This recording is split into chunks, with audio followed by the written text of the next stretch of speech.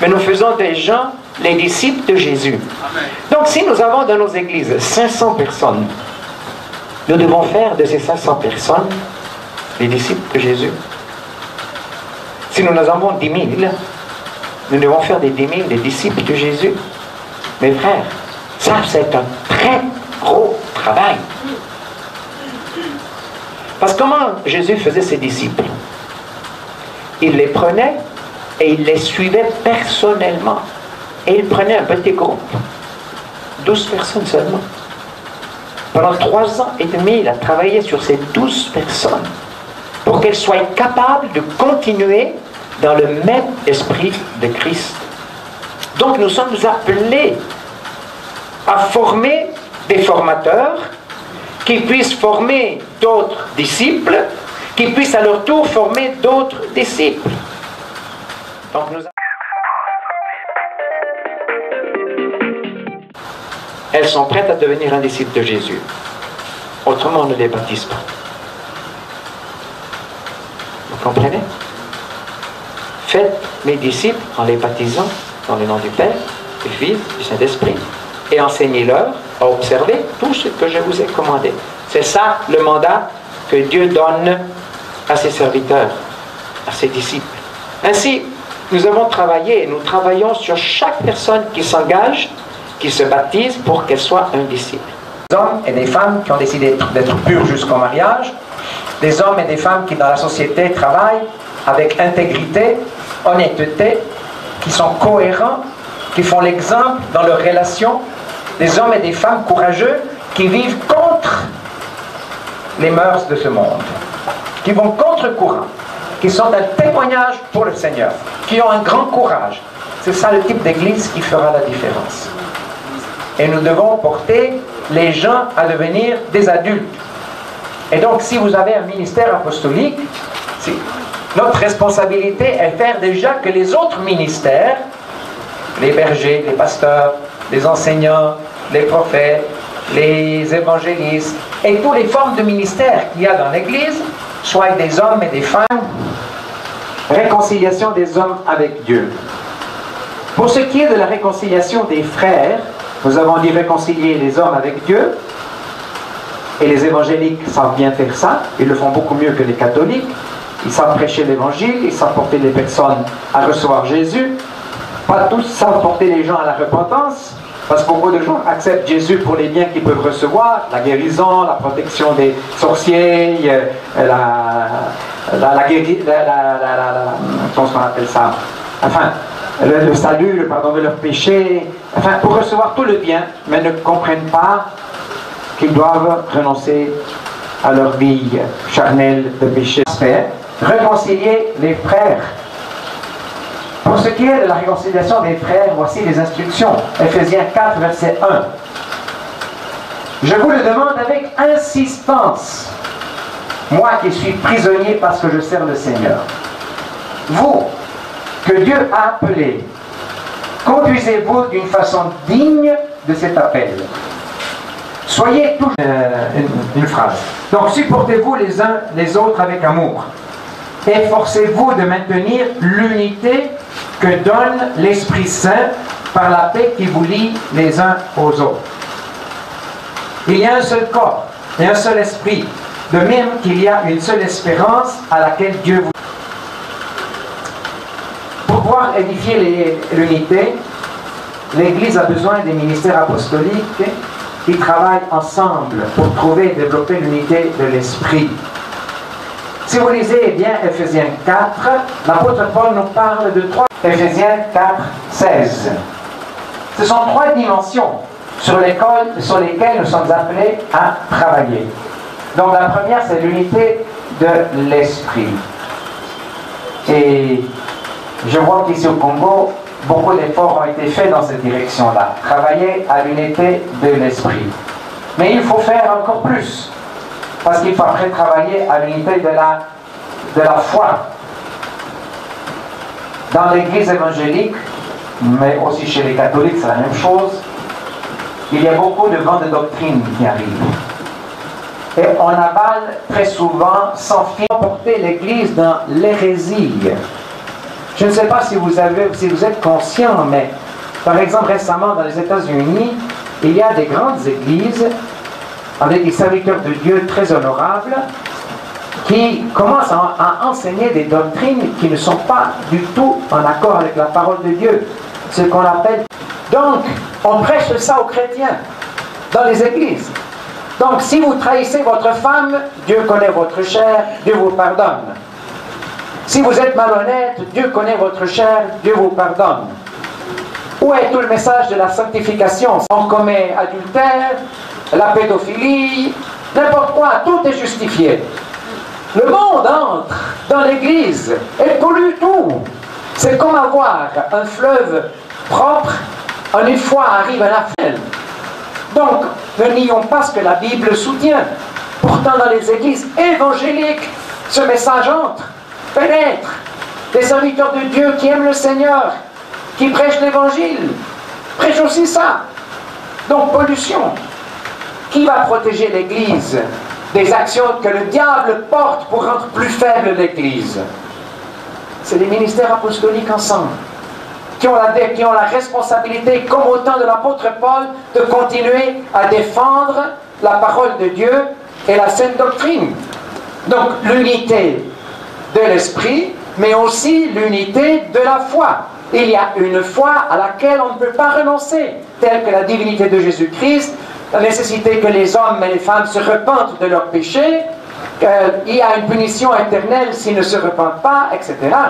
Il y a des valeurs fondamentales qu'on doit défendre ensemble pour que l'Église puisse résister aux énormes tsunamis du péché qui envahissent le monde et de les protéger de la division, de les aider à résoudre leurs conflits, de les aider à avoir une vision globale et profondément évangélique pour que leurs églises, leurs ministères puissent progresser.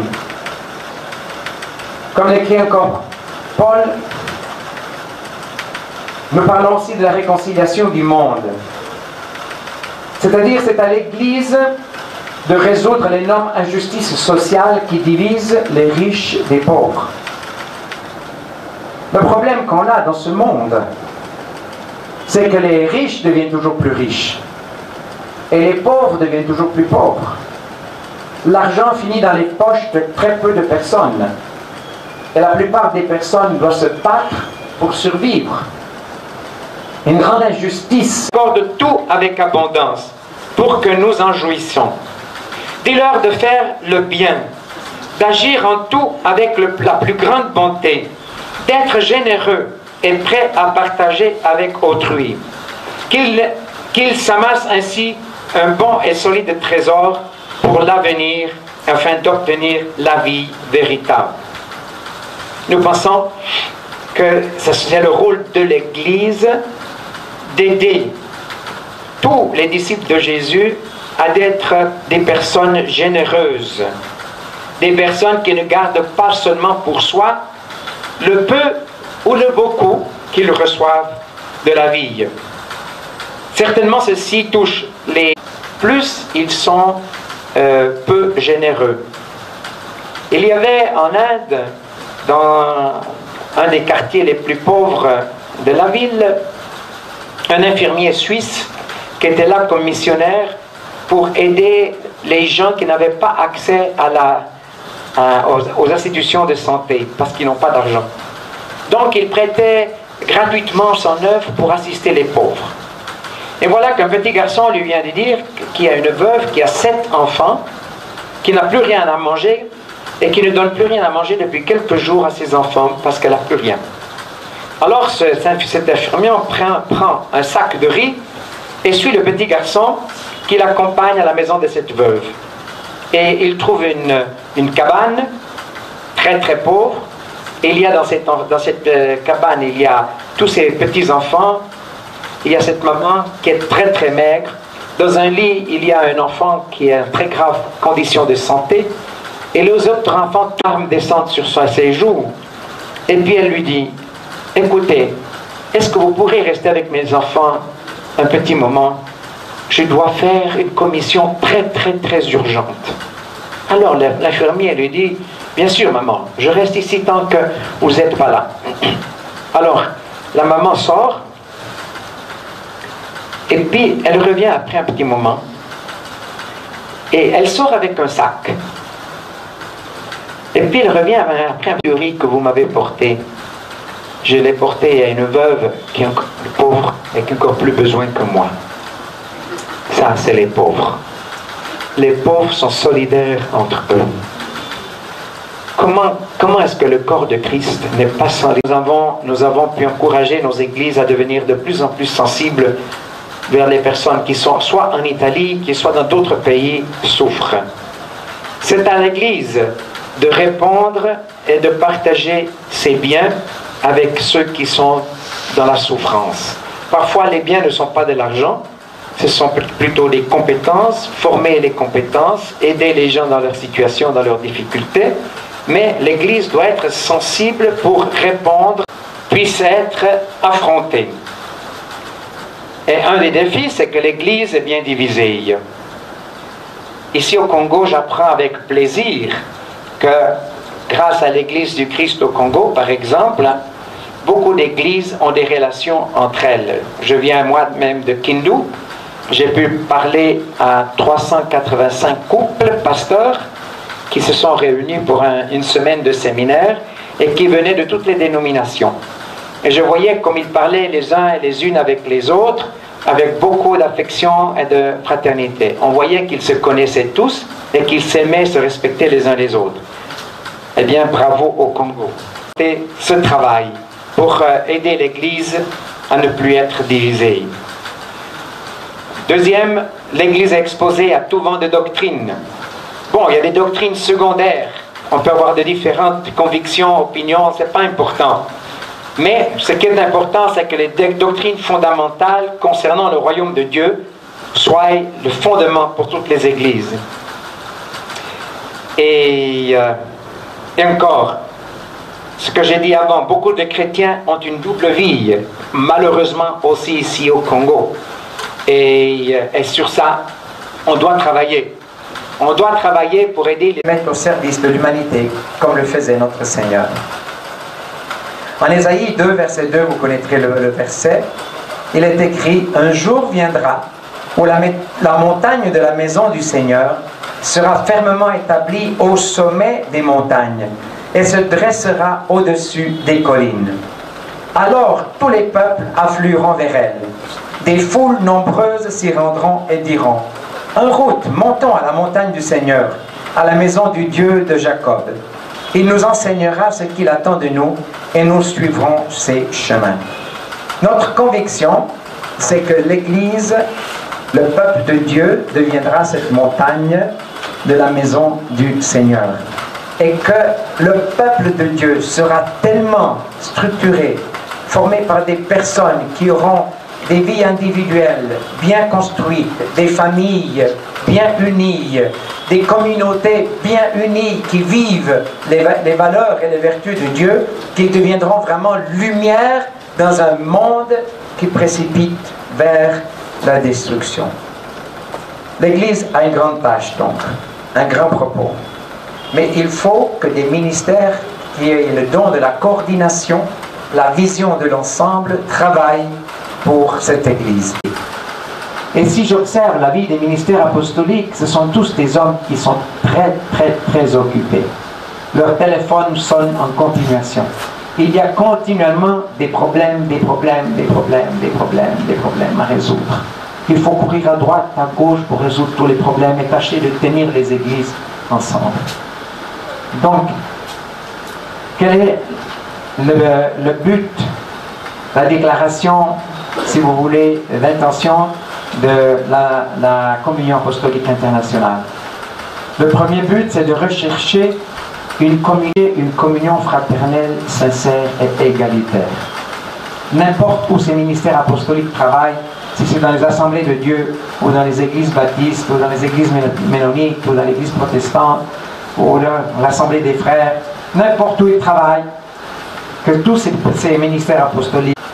Nous avons besoin des dons les uns des autres pour mieux servir le corps et aussi pour avoir une compréhension plus équilibrée et mature de la parole de Dieu.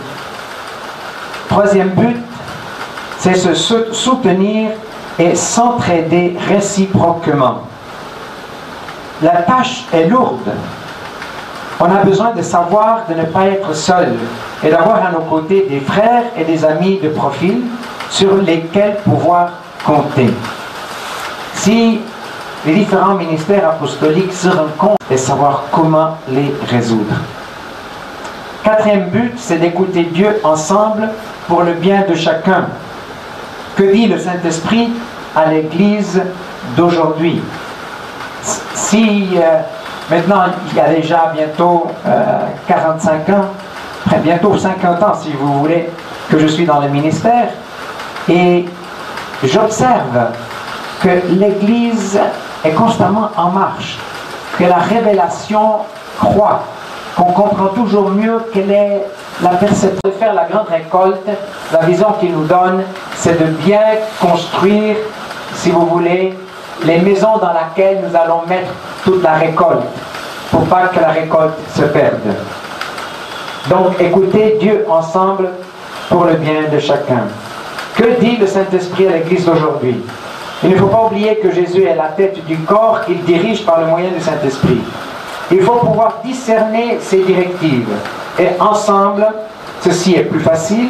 Il est plus facile de reconnaître ce que le Seigneur veut de nous, sans le danger de nous tromper. Le cinquième but, c'est de coopérer activement pour accélérer l'unité du corps de Christ.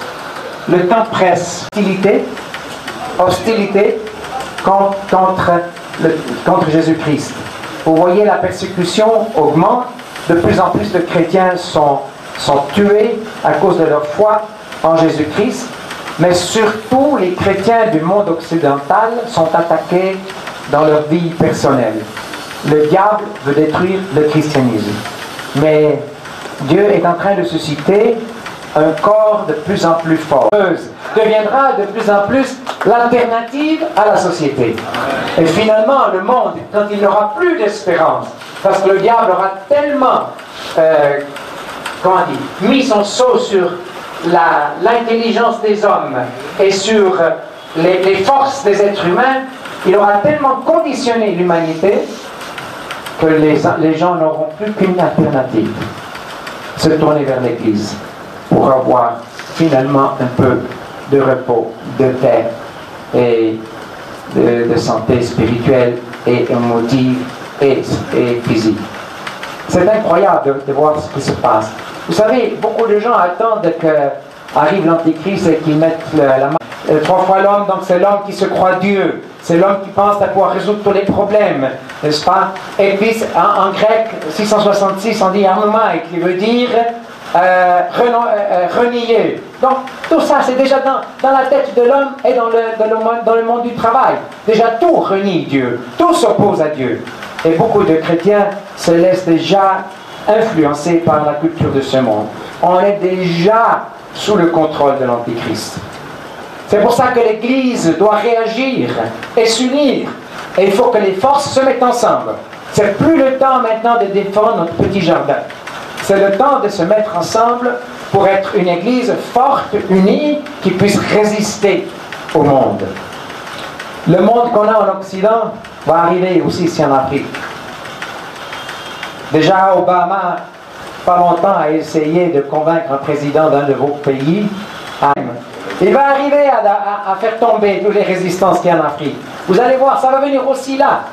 Mais si l'Église d'Afrique est forte, et moi je crois, nous croyons, que l'Église d'Afrique va être une ressource incroyable, non seulement pour l'Afrique, mais pour le monde. Amen. Mais il faut travailler à la solidité, à l'intégrité de l'Église d'Afrique. L'Église d'Afrique doit être capable de dire, c'est possible. qu'on ait des hommes honnêtes, des femmes honnêtes, des églises intègres, des églises unies, des églises fortes au monde entier. Vous pouvez faire résistance protestante, que vraiment le Seigneur purifie toute l'Église et que les chrétiens ensemble puissent faire mur de résistance contre le péché qui abonde et les armées du diable qui essaient de détruire ce que Dieu est en train de faire.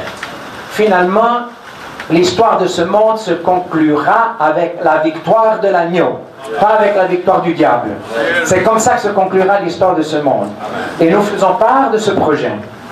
C'est pour ça que le Seigneur suscite aussi des communions apostoliques. Donc,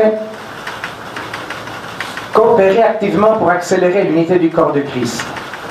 Et le sixième but, c'est stimuler l'Église à l'accomplissement de sa mission dans le monde. Les apôtres, ensemble, servent l'Église, non pas seulement de leur propre réseau. Ils travaillent à l'unité, ils travaillent à la qualité, ils travaillent à la croissance de l'Église. Ceci pour travailler au projet du Seigneur Jésus, qui est de présenter l'Église dans toute sa beauté, pure et sans défaut, jusqu'à arriver au pape. Aujourd'hui, nous pouvons régulièrement, tous les 2-3 mois, avoir une rencontre avec le pape et prier avec lui. Et l'aider à faire des bons choix dans l'Église catholique. Parce que la vision, ce n'est pas une dénomination. La vision, c'est l'Église de Jésus-Christ. Amen. Et l'Église de Jésus-Christ est faite à tous ceux qui aiment Jésus et qui confessent son nom comme Seigneur. Amen. Indépendamment des dénominations. On peut avoir un tas de pentecôtistes qui ne verront jamais le Seigneur. Et on verra beaucoup de catholiques qui verront le Seigneur. On aura beaucoup de protestants qui verront le Seigneur et d'autres qui ne le verront pas. Tout dépend s'ils aiment Jésus comme Seigneur, s'ils le confessent comme Seigneur, s'ils marchent avec Jésus comme Seigneur. Donc l'Église n'est pas faite des dénominations, n'est pas faite par les confessions chrétiennes. L'unité de l'Église, ce n'est pas l'unité des catholiques. Ma fille est née dans l'an 2000. Cette année, c'est déjà 20 ans qu'on se rencontre d'une façon régulière chaque année. Elle est actuellement formée par un réseau d'apôtres d'Europe, d'Asie, États-Unis, Amérique du Sud et Afrique. Le projet est de développer les réseaux dans les différents continents. Donc on veut avoir un réseau en Europe, un réseau en Afrique francophone, un réseau en Afrique anglophone, un réseau en Asie. Quels sont les défis et quels sont les problèmes à surmonter, quels sont les choix et les décisions à prendre pour améliorer la situation. Donc nous voudrions commencer aussi ici à Kinshasa. Cette fois-ci, ce sera une consultation, si vous voulez, conférence-consultation internationale. Nous inviterons aussi les ministères apostoliques du Centrafrique, du Tchad, du Cameroun, du Bénin, de Côte d'Ivoire, enfin des différents pays francophones africains.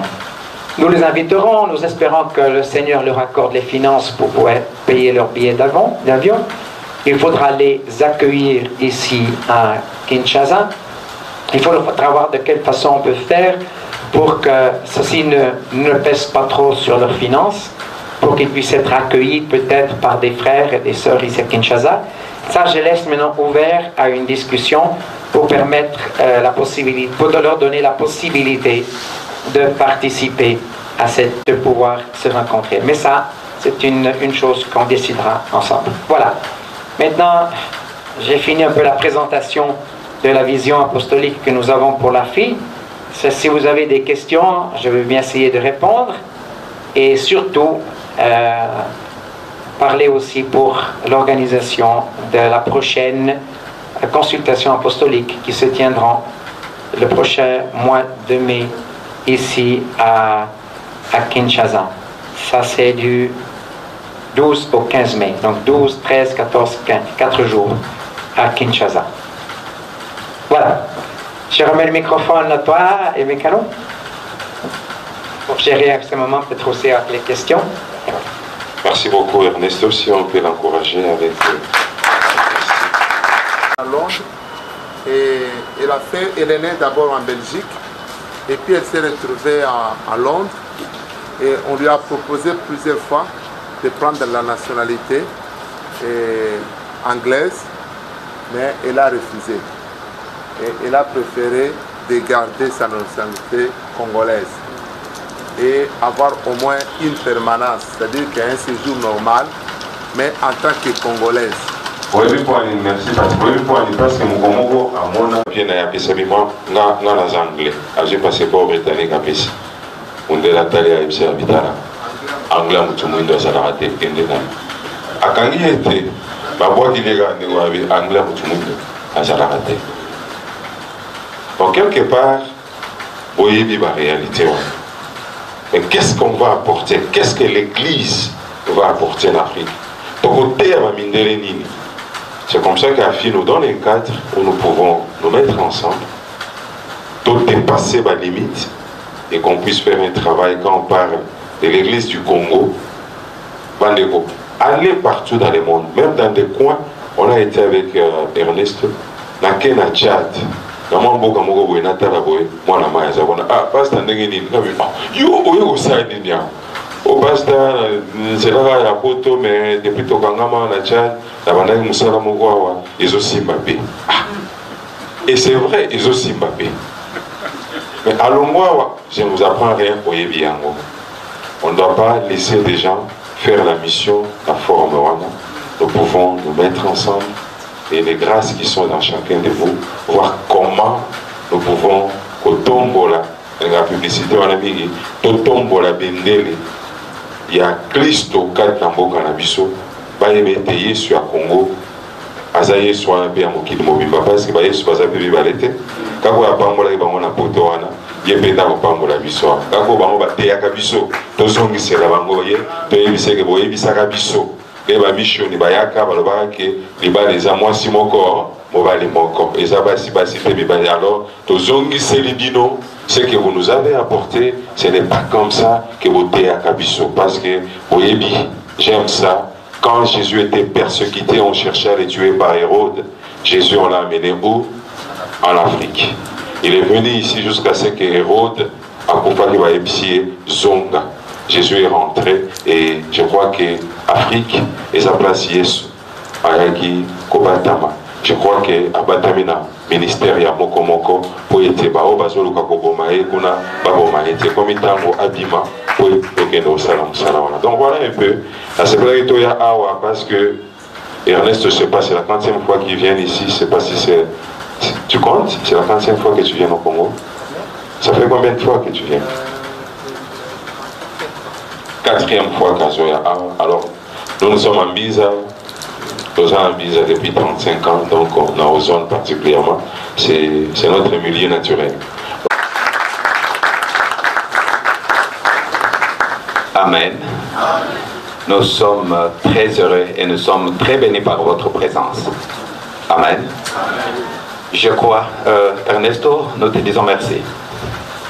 Sincèrement, c'est très édifiant, c'est révoltant en même temps. Puisque je crois, mes bien-aimés serviteurs de Dieu, vous êtes tout à fait d'accord que nous sommes forts si nous sommes ensemble. Nous avons travaillé pendant longtemps en ordre dispersé.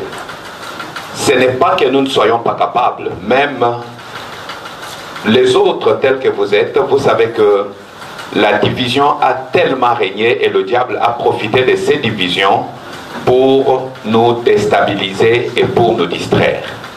Cependant que nous pouvons, en suivant ce message d'Afi transmis par le pasteur Ernesto, nous comprenons que nous sommes capables de nous accepter non pas à cause de ce que nous avons, mais à cause de ce que nous sommes. Amen. Ce que nous sommes est plus fort que ce que nous avons. Ce que nous sommes serviteurs de Dieu, nous sommes des apôtres appelés à accomplir la vision du royaume. Et si nous pouvons avoir des stratégies dans un cadre comme celui-ci, nous pouvons aller encore plus loin et nous pouvons réaliser parfaitement et complètement la vision du Seigneur. Amen. Est-ce que nous sommes effectivement intéressés par l'organisation ou par la proposition que nous puissions organiser effectivement cette rencontre d'AFI au mois de mai 2020. Hein? Si nous sommes d'accord, manifestons-le quand même, mais homme de Dieu. Parce que généralement, ce sont des cadres très édifiants et des cadres propices pour l'échange d'expériences et l'échange de certaines relations. Est-ce que vous me suivez, homme de Dieu?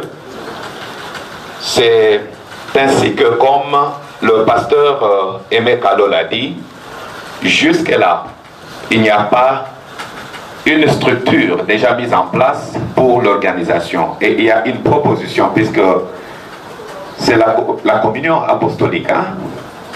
Et dans cette communion, il a même lancé une balle en disant que l'organisation dépend de nous. Même pour ceux qui viendront d'autres pays, que pourquoi pas, puisque ça, Ernesto l'a dit, pasteur Aimé, qu'il y a des frères qu'on pourra loger chez les frères. Est-ce que vous suivez un peu? Les frères qu'on pourra loger chez les frères. Les frères qu'on pourra loger chez les frères peuvent être aussi une bénédiction pour les ministères des frères. Je m'arrête là. Ok? Est-ce que c'est clair? Le Seigneur sait où il nous amène et nous devons contribuer aussi à l'avancement du royaume de Dieu. C'est ainsi que, je ne sais pas, avec le temps, aujourd'hui on ne saura pas faire quoi que ce soit, mais du moins vous avez l'information et les listes sont dehors. J'espère que vous avez mis le nom, l'adresse de l'église, le numéro de téléphone pour que nous puissions rester en contact, puisque le plus tôt possible, nous refusons de faire des choses, c'est-à-dire à la hâte. Hein? C'est-à-dire, système n'abisote, c'est-à-dire tozeli, tokomika kanasuka itikali soki mikolomi balé, to lamu kito banda kosala makamombango banga. Sur vous. Amen. Mais il y a encore une information très importante que AFI nous offre. Hein? AFI nous offre une opportunité, comme il a dit en passant, que nous devons nous équiper.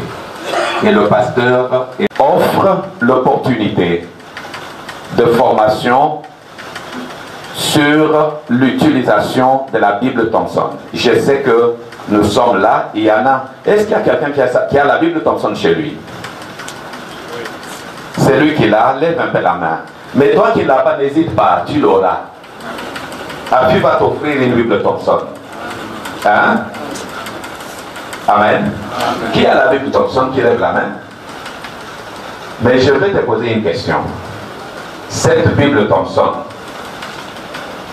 que tu as, il y en a qui ont la Bible Thompson depuis 15 ans. Mais cette Bible Thompson, ils l'ont pris, ils l'ont mis dans la bibliothèque. Vrai ou faux? Vrai ou faux? Vrai. Ne l'utilise jamais. Même s'il l'utilise, il l'utilise même pas à 1%. Il l'utilise à 0,02%. Mais vous serez étonné, vous comprendrez que ce que je vous dis est vrai. Cette Bible est une richesse extraordinaire qui peut faire que, lorsque Ernesto était en train de parler ici, il disait certaines choses, même le baptême, quand Jésus a pris du rabbinisme, tout ça, il y a des gens qui ne comprenaient pas. Mais c'est juste les documents comme ça qui peuvent vous aider. Nous levons nos mains vers le trône de Dieu pour dire merci à notre Seigneur pour la grâce qu'il nous a accordée, pour tout ce qu'il a fait en notre faveur. Et nous recommandons tout ce que nous avons entendu et tout ce que nous avons partagé entre ses saintes mains. Prions le Seigneur notre Dieu. Seigneur notre Dieu, notre Père, notre Roi, nous... Avant que nous puissions nous retourner chez nous, nous voulons dire d'Israël te recommander l'offrande de chacun. Et nous voulons, Père Céleste, te prier pour le chemin du retour. Que tu puisses accompagner chacun de nous pénétrer dans sa demeure. Protège ton peuple, tes serviteurs, pour la gloire de ton nom. Au nom de Jésus-Christ. Amen.